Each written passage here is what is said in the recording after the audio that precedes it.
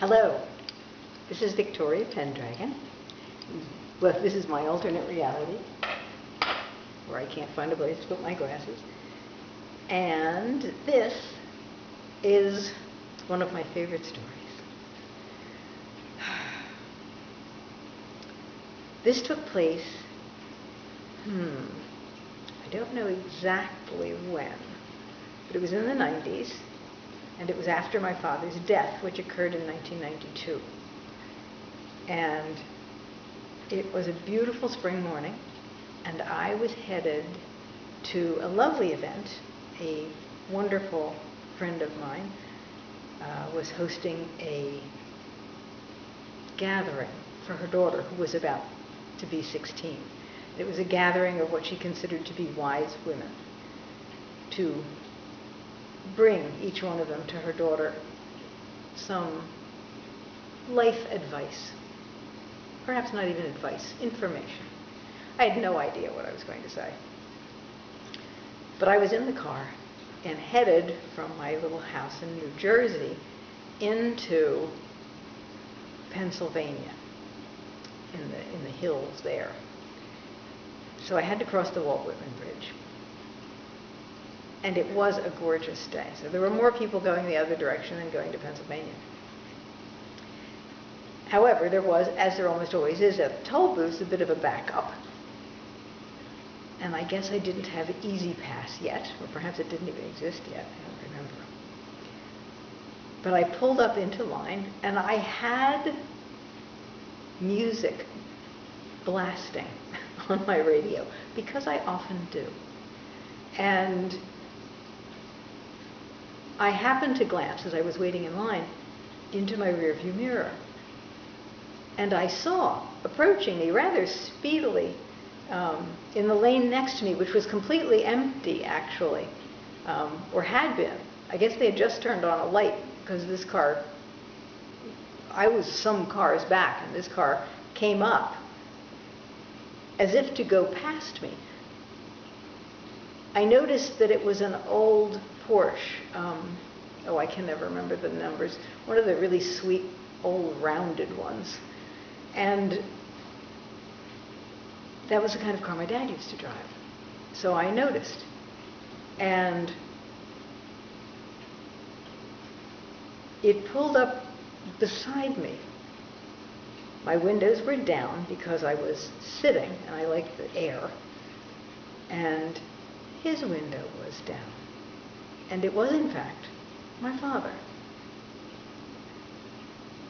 And he looked happy, genuinely happy. I mean, I'd seen my father smiling and laughing, but my father was, above all things, a melancholy person, and looked it. You could see it in his eyes. And he looked happy, like I'd never seen, genuinely from the soul happy. And there was this, again, this sense that I have sometimes gotten when having interdimensional experiences of a kind of a bubble around us. In this case, it was taking in both cars and holding us. And there was a transmission. He did not speak, but the transmission was, the people who love you the most in spirit are the people who will hurt you the most in life, so that you can learn what you have to learn in order to become the person that you have to become. The bubble popped, the car sped through the booth, and that was that. I was in a very altered state of consciousness by the time I reached the toll booth and paid my toll, and kind of drifted the rest of the way into Pennsylvania, knowing now what I would speak about when my turn came to speak, since I had just had a very unusual experience. And I would bring to her the counseling that remaining open to such experiences is a good thing. As I sat in the circle of women there, waiting my turn to speak, overhead flew many, many, many turkey vultures, And the vulture is considered to be a very sacred animal because it lives not by eating any living thing, but by eating only the dead things that it finds in the road. So it is considered a very sacred animal. And as I spoke, they flew overhead, and I felt really blessed. It was a most unusual day. And that was a most wonderful piece of advice to get. And certainly as the years went by, it became more and more clear to me how true that was and is.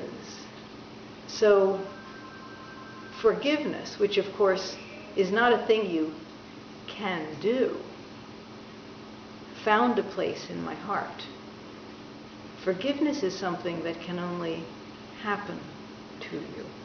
You have to create a space for it to happen. And when you're ready, it will happen.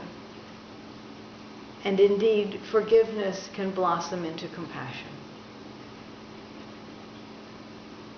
And ideally, that's where you sit, in compassion for the injured people of the world who may have injured you and helped you to become the person you are becoming. So that's my story, albeit interrupted by many telephone ringings from the other room on a phone I thought I had turned off, but apparently not entirely. I hope it wasn't too disturbing. And I hope this story brings you some peace. Much love. Bye.